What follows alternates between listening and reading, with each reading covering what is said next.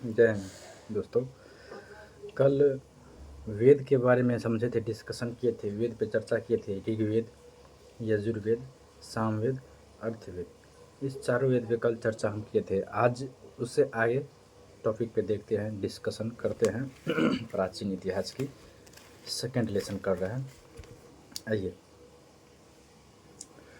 वेद को समझने हेतु जंगल में जो साहित्य लिखा गया है उसे अरण्यक साहित्य कहते हैं।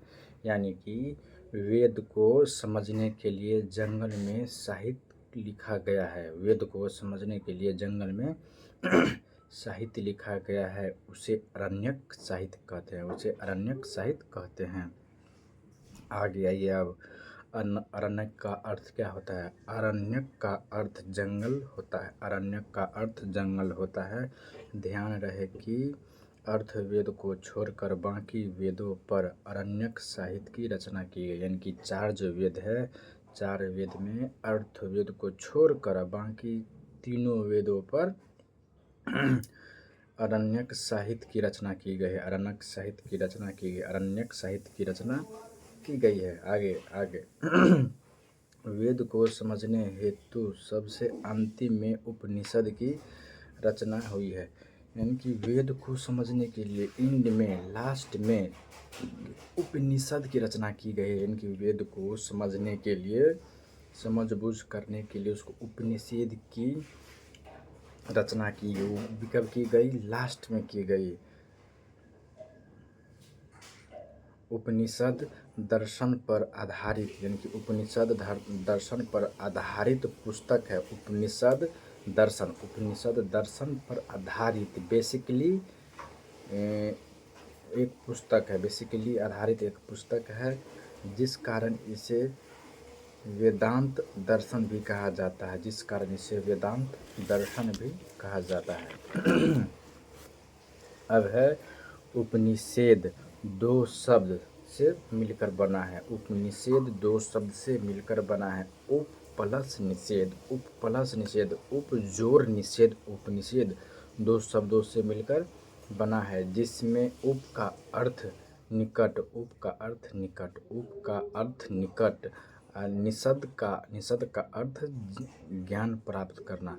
उपनिषद दो शब्दों से मिलकर बना है। उपनिषद दो शब्दों से मिलकर बना है, तो उप का अर्थ हुआ उप का अर्थ हुआ निकट और निषद का अर्थ हुआ जानना, ज्ञान प्राप्त करना। अर्थात निषद का अर्थ गुरु के निकट बैठकर ज्ञान प्राप्त करा। यानी कि निषद का जो अर्थ है, गुरु के निकट, गुरु के शरण में, गुरु के पास, गुरु के आश्रम में रह के जानकारी लेना, ज्ञान प्राप्त करना होता है।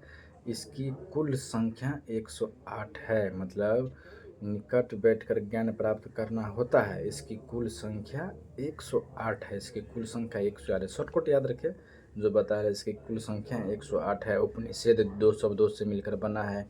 उप का अर्थ क्या होता है, निषद का अर्थ क्या होता है, बता ही दिए जैसा कि अभी जस्ट। इसी तरह इसको याद रखना है। अब आगे आइए, भारत का आदर्श राष्ट्रीय वाक्य, यानी कि भारत का आदर्श राष्ट्रीय वाक्य जितना भी आप लोग देखते होइएगा, सरकारी अधिकारी लोग के ऑफिस में या कहीं भी ब्लॉक हो, थाना हो, हर जगह लिखा रहता है सत्य में जयते, सत्य में जयते, सत्य में जयते। यही हुआ भारत का आदर्श राष्ट्रीय वाक्य, सत्य में जयते, सत्य में जयते। ये कहाँ से लिया गया है? मुंडक को निषेध, मुंडक को निषेध, मुंडक को सॉरी मुंडकोपनिषद से लिया गया है। सत्य में जयते मुंडकोपनिषद से लिया गया। यानी कि क्वेश्चन पूछेगा सत्य में जयते राष्ट्रीय वाक्य, भारत का राष्ट्रीय वाक्य कौन सा है? सत्य में जयते। भारत का राष्ट्रीय वाक्य कौन सा है? सत्य में जयते। कहाँ से लिया गया है? मुंडकोपनिषद से लिया गया, मुंडकोपनिषद से लिया गया, मुंडकोपनिषद से लिया गया है। आगे आइए, वैदिक काल में मानव के जीवन को जो चार आश्रम में बांटा गया है,